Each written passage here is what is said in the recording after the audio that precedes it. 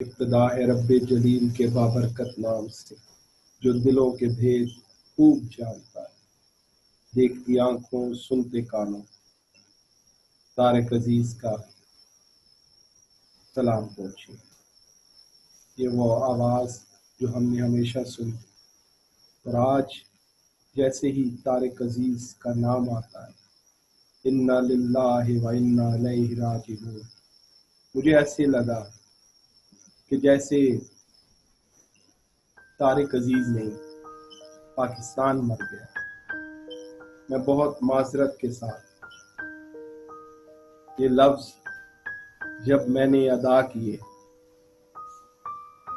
تو ایک سیکنڈ کے لیے، ایک منٹ، ایک وقت کے لیے مجھے احساس ہوا کہ میں بہت کوئی بڑی بات کر گیا، لیکن فوراً ہی مجھے سمجھ آئی کہ طارق عزیز ایک خالص پاکستانی تھا، وہ لیجنڈ تھا، وہ سٹار تھا، وہ ہر گھر کا فرد تھا، پاکستان میں بسنے والے ہر گھر کا ایسا فرد جس نے ہر گھر میں پاکستان زندہ باد پہنچایا۔ اس کے والد محترم میاں عبدالعزیز پاکستانی 1936 میں اپنے نام کے ساتھ لفظ پاکستانی لکھا کرتے، اور جب طارق عزیز اس دنیا سے رخصت ہوئے تو اپنی کل جائیداد اس ملک، آپ کے ملک، میرے ملک کے نام کر کے رخصت ہوئے۔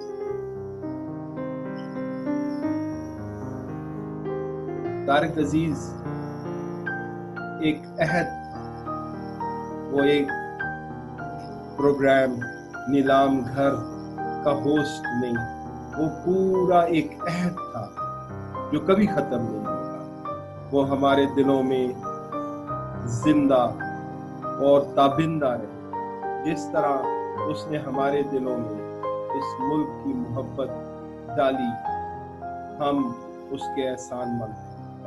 طارق عزیز مرا کہ پاکستان مرا۔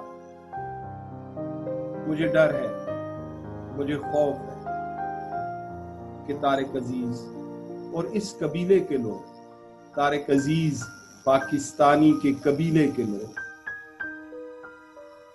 بہت جلدی اس دنیا سے رخصت ہو رہے ہیں۔ اشفاق احمد صاحب، ممتاز مفتی صاحب، واصف علی واصف صاحب، بڑے بڑے نام، انور مقصود صاحب کو اللہ لمبی زندگی دے۔ جب اس قبیلے کے لوگ اس ملک میں نہیں رہیں گے تو ان کی جگہ لینے کے لیے کیا آج کوئی نوجوان، میں، آپ تیار ہیں جو امید کو زندہ رکھے، جو اس ملک سے محبت کو قائم رکھنے میں ہماری مدد کرے؟ کیا ہم لوگ وہ اقدار، وہ قدریں جو ان لوگوں کی پوری زندگی گزارنے کے بعد ہم تک اچھے طریقے سے پہنچ پائیں، ہم ان کو کیری کریں گے؟ اگر تو کیری کریں گے تو طارق عزیز اپنی ڈیوٹی کر گیا، ہم نے بھی اپنی ڈیوٹی کرنی۔ اگر ہم ان اقدار کو، ان قدروں کو جو اس ملک کے حوالے سے، جو اللہ پہ یقین کے حوالے سے، جو رحمت للعالمین سے محبت کے حوالے سے ان عظیم ہستیوں نے ہمارے دل و دماغ میں ڈالی، تو مجھے کہنا پڑے گا کہ اگر ہم ان اقدار کو کیری نہیں کریں گے تو طارق عزیز نہیں، پاکستان مر گیا۔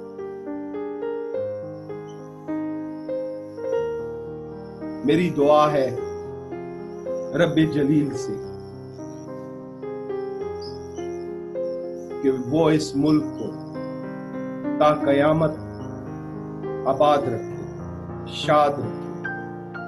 آج مایوسی پھیل رہی ہے، نا امیدی پھیل رہی ہے، لیکن نہ ہی طارق عزیز نہ ہی اشفاق صاحب اور اس قبیلے کے سردار واصف علی واصف صاحب نے ہمیں مایوس ہونے کی تربیت دی، ہمیں یقین کے ساتھ آگے بڑھنا ہے اور ان عظیم ہستیوں کا مشن لے کے آگے چلنا ہے۔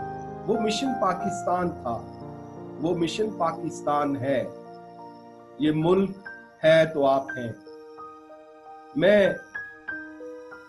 چھوٹا منہ بڑی بات گزارش کرتا ہوں کہ جو دنیا کے ٹارگٹس آپ نے اپنے لیے سیٹ کیے ہوئے روزی روٹی کے حوالے سے، اس دنیا میں کامیابی کے حوالے سے، اسٹوڈنٹس کے لیے وہ ڈگریاں جو حاصل کرنے کے لیے وہ دن رات ایک کرتے ہیں ان کے حوالے سے، کاروباری حضرات کے لیے وہ محنت، وہ پلاننگ کہ جو کاروبار کو آگے لے جانے کے لیے دن رات وہ کرتے ہیں، وہ تمام چیزیں ٹھیک ہیں، لیکن میں گزارش کرتا ہوں کہ اس ملک کے خلاف، جو آپ کا ملک ہے، جو میرا ملک ہے، جو طارق عزیز کا ملک ہے، کسی کو اس کے خلاف بات نہ کرنے دے۔ وہ بات پاکستان کے بارے میں نہیں کر رہا، وہ بات آپ کے بارے میں کر رہا ہے۔